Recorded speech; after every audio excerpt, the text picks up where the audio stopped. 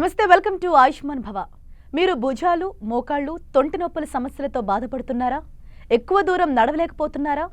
భుజం ఎత్తడానికి ఇబ్బంది పడుతున్నారా?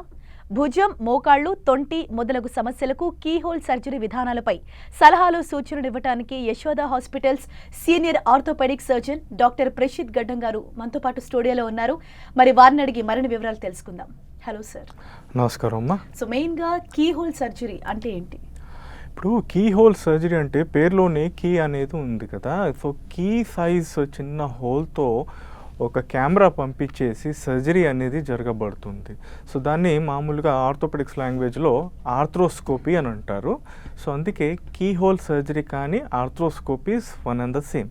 ఇక్కడ ఏంటంటే చిన్న ఇన్సిషన్తో ఒక పూర్తి సర్జరీ అనేది జరగబడుతుంది. ఎక్కడ కుట్లు అనేది లేకుండా ఇది నీలో కానీ షోల్డర్లో కానీ ఏ జాయింట్లో అన్నా చేయొచ్చండి.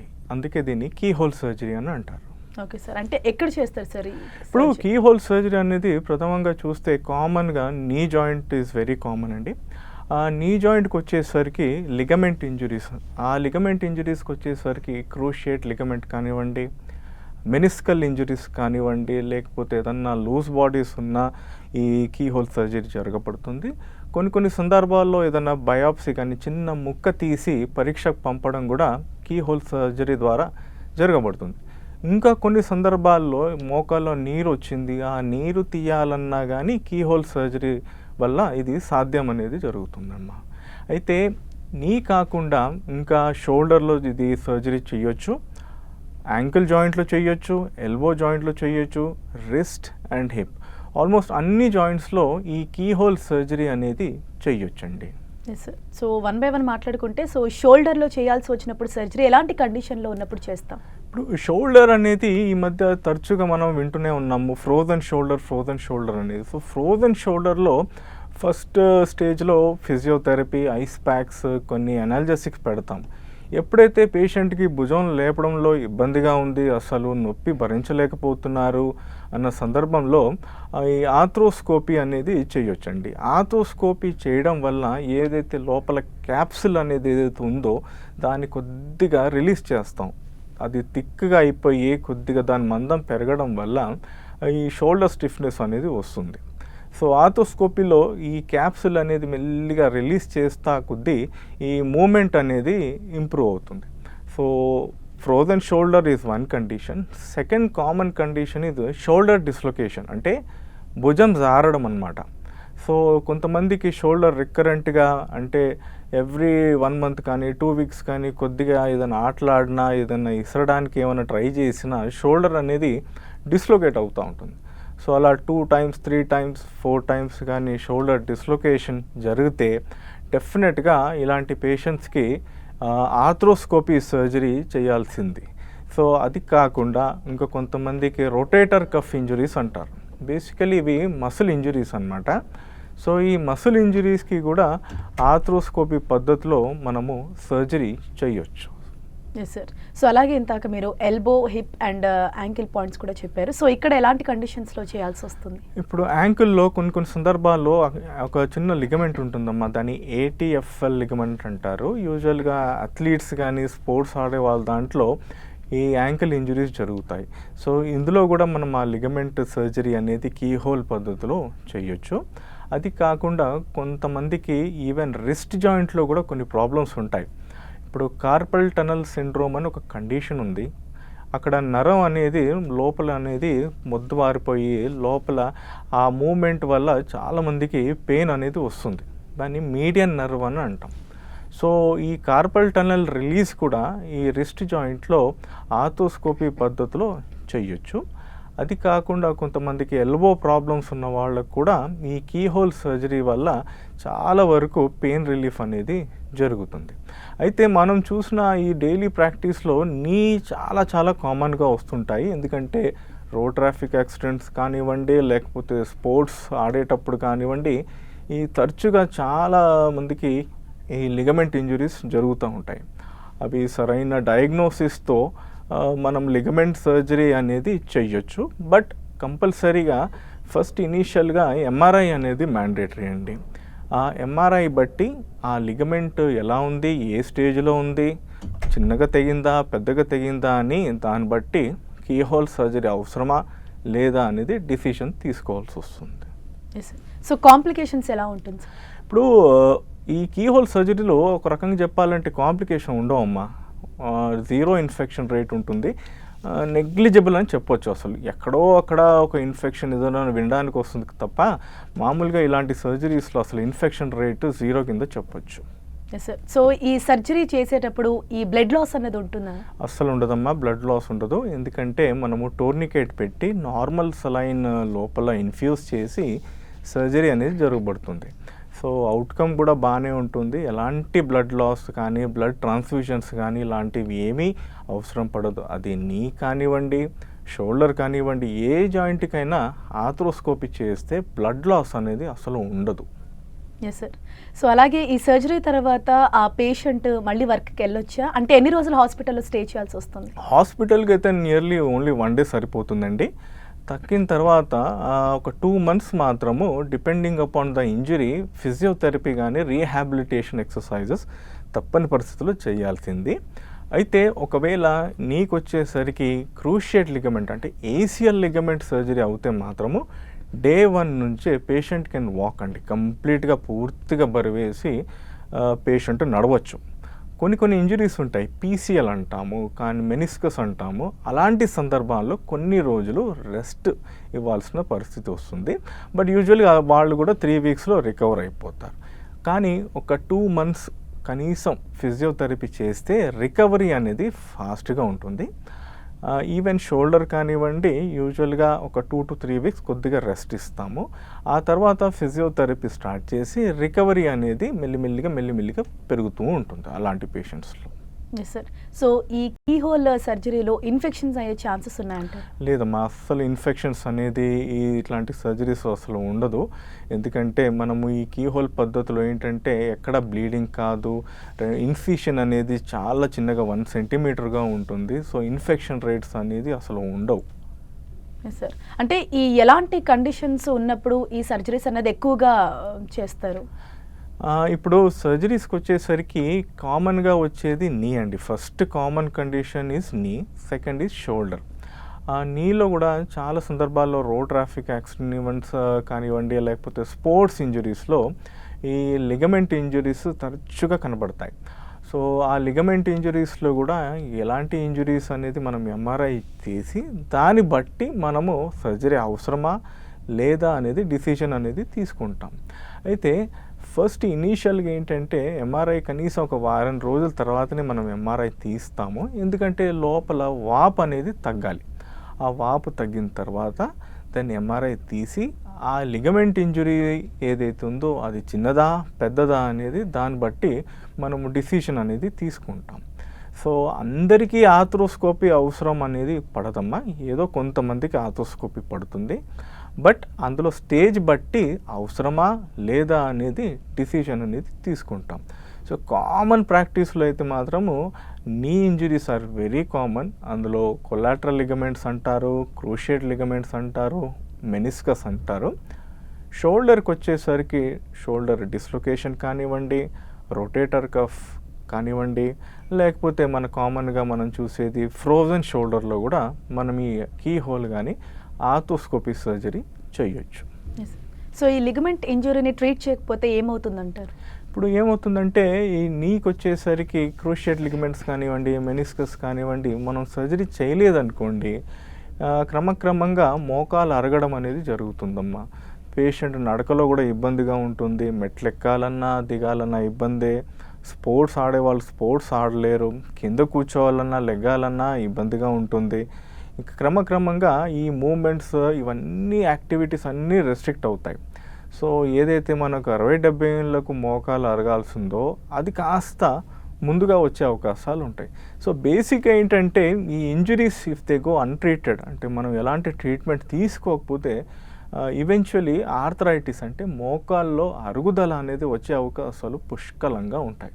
సో అందుకే ఈ వీలైనంత వరకు ఒకవేళ లిగమెంట్ ఇంజరీస్ ఉంటే ఐదర్ రెస్ట్ కానివ్వండి, లేకపోతే ఆర్థ్రోస్కోపీ కానివ్వండి, బెటర్గా దీన్ని మేనేజ్ చేస్తే మంచిదమ్మా.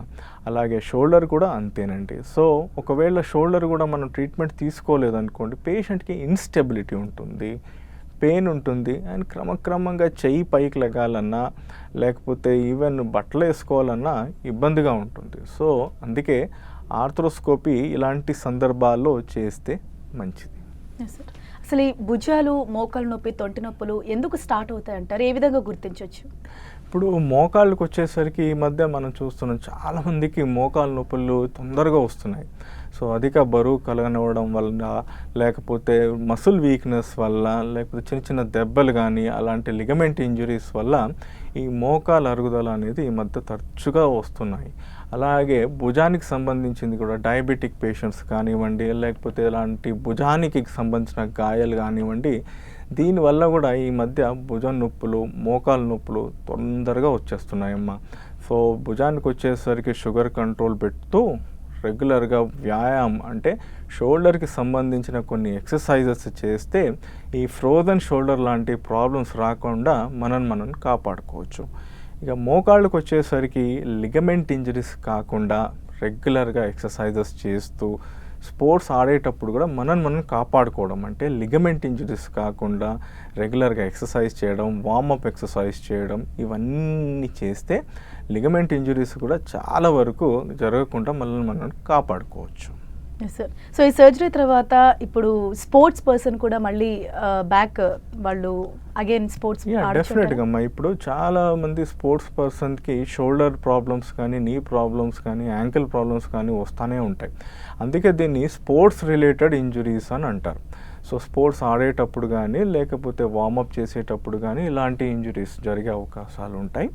సో రికవరీ కూడా ఏంటంటే ఫాస్ట్గానే ఉంటుంది, కానీ కనీసం ఒక 3 months రీహాబిలిటేషన్ ఎక్సర్సైజెస్ బాగా చేస్తే then they can get back to sports within 3 to 6 months. Again recovery all depends on the rehabilitation exercises. గట్టిగా రీహాబిలిటేషన్ ఎక్సర్సైజెస్ చేస్తే సో రికవరీ కూడా చాలా ఫాస్ట్గా ఉంటుంది.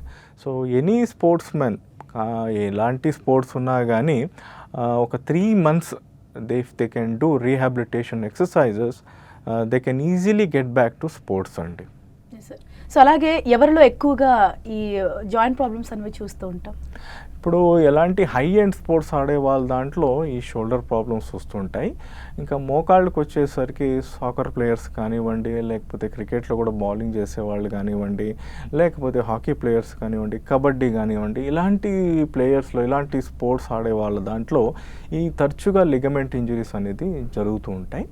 అలాగే షోల్డర్ ప్రాబ్లమ్స్ కూడా చాలా కామన్గా ఎనీ స్పోర్ట్స్లో ఈ షోల్డర్ ప్రాబ్లమ్స్ అనేది వస్తుంటాయి. ఇందాక మీరు ఏసిఎల్ సర్జరీస్ గురించి మీరు మెన్షన్ చేశారు. సో దీనికి లిగమెంట్కి ఈ గ్రాఫ్ట్ ఎక్కడి నుంచి తీసుకుంటారు? ఇప్పుడు ఆర్థోస్కోపిక్ ఏసియల్ రీకన్స్ట్రక్షన్ సర్జరీస్లో గ్రాఫ్ట్ అనేది 3 చోట్లకి వెళ్ళి తీసుకోవచ్చమ్మా. ఫస్ట్ అనేది హ్యామ్స్ట్రింగ్ టెండన్స్ అనేది ఉంటుంది, మన మోకాల వెనక భాగంలో ఇవి ఉంటాయన్నమాట. సో అందులో సెమీ టెండినోసిస్, గ్రాసిలిస్ అని 2 టెండన్స్ ఉంటాయి. సో ఈ టెండెన్స్ని తీసుకొని మనము యూజువల్గా ఏసిఎల్ సర్జరీ చేయొచ్చు. అదే పరంగా క్వాడ్రిసెప్స్ అంటే మోకాలు చిప్ప పైన ఉన్న కండను కూడా మనం గ్రాఫ్ట్ లాగా వాడుకోవచ్చు. అలాగే ఇవి 2 కాకుండా కాళ్ళు అంటే యాంకిల్ దగ్గర పెరోనియస్ లాంగస్ అని, అలాగే ఇది ఒక టెండన్ అనమాట. సో ఈ టెండన్ కూడా మెల్లిగా కట్ చేసి దీన్ని కూడా గ్రాఫ్ట్గా వాడచ్చు. అయితే ఏసిఎల్ సర్జరీస్లో కామన్గా వాడేది మాత్రం హ్యామ్స్ట్రింగ్ టెండన్స్. ఈ హ్యామ్స్ట్రింగ్ టెండన్స్ని మనము మడిచేసి కరెక్ట్గా దాని సైజు మెజర్ చేసుకొని గ్రాఫ్ట్ సైజ్కి తగ్గట్టుగా మనము ఈ సెమీ టెండినోసిస్, గ్రాసిలిస్ ఈ 2టిని మనం వాడుకోవచ్చు.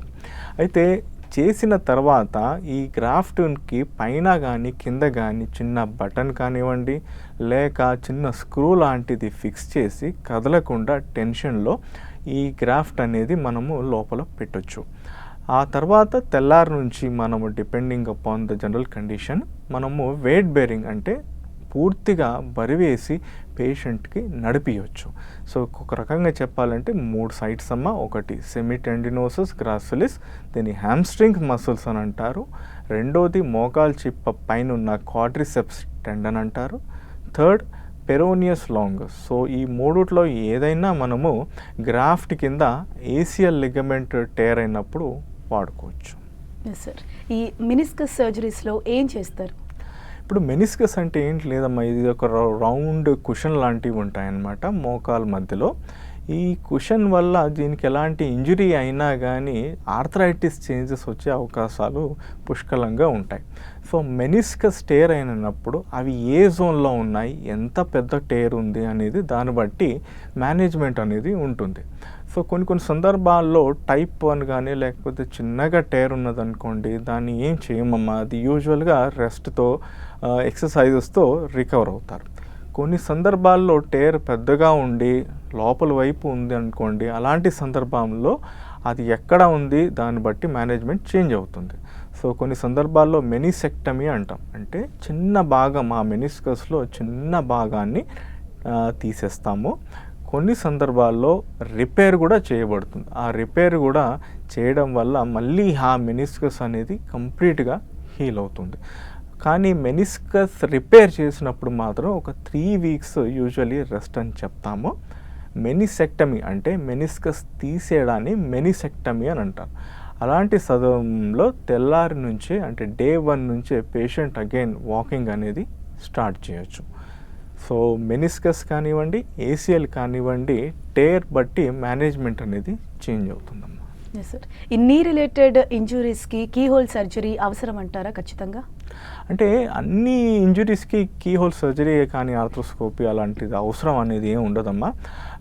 ఫస్ట్ అయితే ఇనిషియల్గా మనం ఇవాల్యుయేట్ చేయాల్సింది ఈ పేషెంట్కి ఎంత పెద్ద ఇంజురీ ఉంది, ఎంఆర్ఐలో ఏ రకంగా ఇంజురీ కనబడుతుంది, గ్రేడ్ 1, గ్రేడ్ 2, గ్రేడ్ 3, దాన్ని బట్టి సర్జరీ అవసరమా లేదా అనేది డిసిజన్ తీసుకోబడుతుంది. సో కొన్ని సందర్భాల్లో చిన్న టేర్స్ ఉన్నప్పుడు ఒక 2 to 3 వీక్స్ రెస్ట్ ఎక్సర్సైజెస్ చేస్తే చాలా వరకు ఈ రికవరీ అనేది కంప్లీట్గా జరుగుతుంది. ఎప్పుడైతే ఈ టేర్స్ అనేది కంప్లీట్ టేర్స్ అవుతాయో లేకపోతే ఆల్మోస్ట్ మల్టీ లిగమెంటస్ ఇంజురీ అంటారు, అంటే ఒకటి కాక మల్టిపుల్ లిగమెంట్స్ ఇన్వాల్వ్ అవుతే దాన్ని మల్టిపుల్ లిగమెంట్స్ అని అంటారు. ఇలాంటి మల్టీ లిగమెంటస్ ఇంజురీస్లో మాత్రం కంపల్సరీ సర్జరీ లేదా ఆర్థ్రోస్కోపీ అనేది అవసరం పడుతుంది. సార్, సో రికవర్ అవ్వడానికి ఎంత టైం పడుతుంది అంటారు? రికవరీ మళ్ళీ లిగమెంట్ బట్టి ఉంటుందమ్మా. యూజువల్లీ యాంటీరియర్ క్రూషియేట్ లిగమెంట్ మాత్రం రికవరీ చాలా ఫాస్ట్గా ఉంటుంది. పోస్టీరియర్ క్రూషియేట్ అంటే వెనక భాగం ఉన్న లిగమెంట్, మోకాళ్ళు వెనక భాగం ఉన్న లిగమెంట్ మాత్రం యూజువల్గా 6 వీక్స్ పడుతుంది. అదే పరంగా మెనిస్కస్ కానివ్వండి లేకపోతే లాటరల్ కొల్లాటరల్, మీడియల్ కొల్లాటరల్ ఇలాంటి లిగమెంట్స్ కూడా రికవరీ 3 వీక్స్లో అయిపోతుంది. ఏసియల్ లిగమెంట్ మాత్రం అందరికంటే ఫాస్ట్గా రికవర్ అవుతుంది. అడిషనల్గా రీహాబిలిటేషన్, ఫిజియోథెరపీ ఎక్సర్సైజెస్ చేస్తే ఇంకా రికవర్ అనేది ఫాస్ట్గా ఉంటుంది. సో ఎవరికి కీ హోల్ సర్జరీ చేసినా 99 కాదు 100% they have to undergo rehabilitation or physiotherapy. So recovery everything depends upon the rehabilitation. ఎవరైతే రీహాబిలిటేషన్ ఎక్సర్సైజెస్ బాగా చేస్తారో వాళ్ళు రికవరీ కూడా అంతే ఫాస్ట్గా ఉంటుంది and they can get back to work also immediately. Sir, so once ఏదైనా జాయింట్కి సర్జరీ అయిపోయిన తర్వాత లాంగ్ రన్లో మళ్ళీ వాళ్ళకి రియాక్ట్ అయ్యే అవకాశం ఉందో ఆర్ పెయిన్ ఏదైనా ఫీల్ అయ్యే అవకాశం ఉందంట? అంటే ఇప్పుడు ఒకసారి సర్జరీ అయిన తర్వాత మళ్ళీ ఇంజురీస్ అయితే మాత్రం ఇలాంటి రికరెన్స్ వచ్చే అవకాశాలు ఉంటాయమ్మా.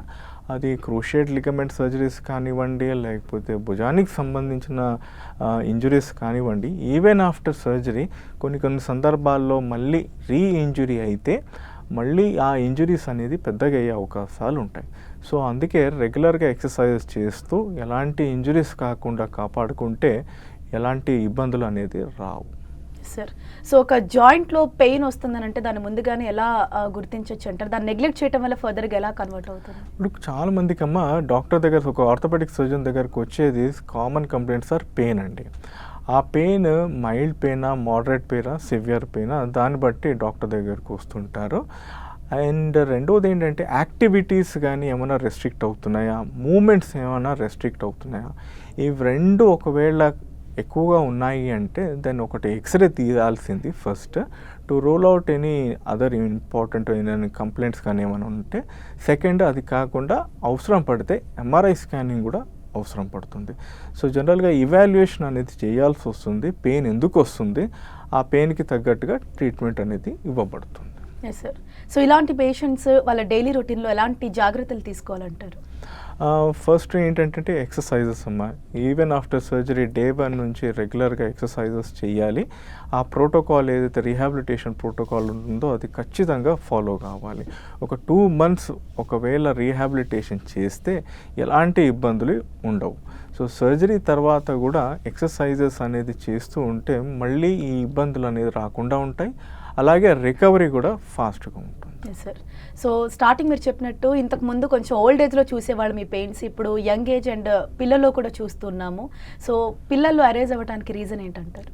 ఇప్పుడు మోకాళ్ళు ఈ లిగమెంట్ ఇంజరీస్ అనేది అడాలసెంట్ ఏజ్ గ్రూప్ అంటే ఒక 14-15 years ఏజ్ గ్రూప్లో కూడా తరచుగా కనబడుతుంటాయి. సో అంటే ఎలాంటి స్పోర్ట్స్ ఆడేటప్పుడు కానివ్వండి, ఇంకా ఎలాంటి ఇంజరీస్ కానీ, రోడ్ ట్రాఫిక్ యాక్సిడెంట్స్ కానీ, ఇలాంటి వల్ల కూడా పిల్లల్లో అంటే అడాలసెంట్ ఏజ్ గ్రూప్లో కూడా లిగమెంట్ ఇంజరీస్ అయ్యే అవకాశాలు ఉంటాయి. ఒకవేళ ఆ ఇంజురీ చిన్నగా ఉంటే రెస్ట్ అండ్ ఇమ్మొబిలైజర్ ఒక బెల్ట్ లాంటిది పెట్టి రెస్ట్ ఇస్తే చాలా వరకు పిల్లల్లో ఈ ఇంజురీస్ అనేది న్యాచురల్గా హీల్ అవుతాయమ్మా. కొన్ని సందర్భాల్లో ఒకవేళ టేర్ పెద్దగా ఉంటే దెన్ ఆర్థ్రోస్కోపీ కానీ సర్జరీ కానీ అవసరం పడుతుంది. Yes sir. So once surgery అయిపోయిన తర్వాత లైక్ ఫుడ్ హ్యాబిట్స్లో కానీ ఎలాగో డైలీ రొటీన్లో కూడా చేంజెస్ చేసుకుంటున్నాం కాబట్టి ఫుడ్ హ్యాబిట్స్లో ఏమైనా చేంజెస్ చేసుకోవాలి? ఫుడ్ హ్యాబిట్స్లో అయితే ఆర్థోపెడిక్ పరంగా అయితే ఎలాంటి చేంజెస్ ఉండవండి. నార్మల్ ఫుడ్ హ్యాబిట్సే ఉంటాయి. సో రెస్ట్రిక్షన్స్ కానీ అలాంటిది ఏమీ ఉండదు. ఓన్లీ థింగ్ ఏంటంటే వెయిట్ పుట్ ఆన్ కాకుండా చూసుకుంటే సరిపోతుంది. సో ఫుడ్ హ్యాబిట్స్కి ఈ కీ హోల్ సర్జరీకి ఎలాంటి సంబంధం ఉండదు. Yes sir. Thank you so much sir. ఇది ఇవాల్టి ఆయుష్మాన్ భవ. చూస్తూనే ఉండండి 10 TV. జనం